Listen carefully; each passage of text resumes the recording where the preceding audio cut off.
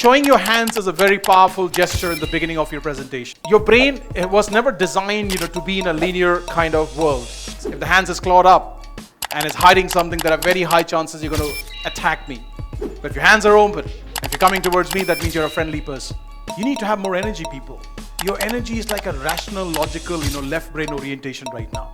And you have to move from that left brain orientation to the right brain side,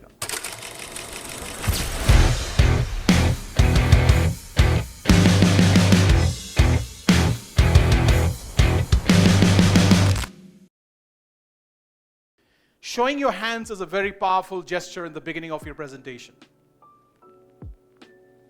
It makes you a very friendly, safe person to go towards.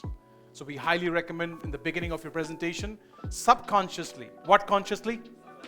People observe your open arms or your closed arms. And the reason is, when we lived in jungles many thousand years back, the only way we would identify if a person coming towards me who I have not seen before or known before, and the first time I'm seeing them, is by looking at their hands. If the hands is clawed up and is hiding something, there are very high chances you're going to attack me. But if your hands are open, and if you're coming towards me, that means you're a friendly person. You understand? You watch movies, right? They say hands up, that means you're safe. Like safe when you're coming towards me. So showing hands, open hands, is a very safe practice. We highly recommend do that in the beginning of your presentation. So when I say, how many of you here, ba ba ba ba ba ba, dash dash dash, by show of hands. And then showing both your hands, shaking it up, and then a big aho makes you much more friendly and safer.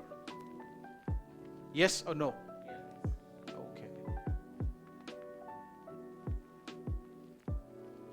I think your brain is processing. Yeah, I will leave it that, okay? How many of you here, you're serious about making a lot of money through communication? Like you're damn serious in it. Okay. You need to have more energy, people. Seriously. Your energy is like a rational, logical, left brain orientation right now. And you have to move from that left brain orientation to the right brain side, So can you have a round of applause for Jim Ron, please? Thank you. Thank you. And thank you for being such an amazing audience, okay? Because everything happening in the room is part of your content, okay? You guys are patient, which is a great quality of you being a trainer. And what you did right now was not something, that you are consuming the video as a client. You did something called, coming up later on, act as if. You acted as if this is your training room and this is your video. Obviously, because of the subtitle, you could read, what you couldn't hear. Am I making sense? Yeah, and because most of you have watched the video before, so it was not such a major challenge for you. There are many layers to it. So there are lessons like, when you're doing videos, most of the time, if not all the time, put subtitles. Put what?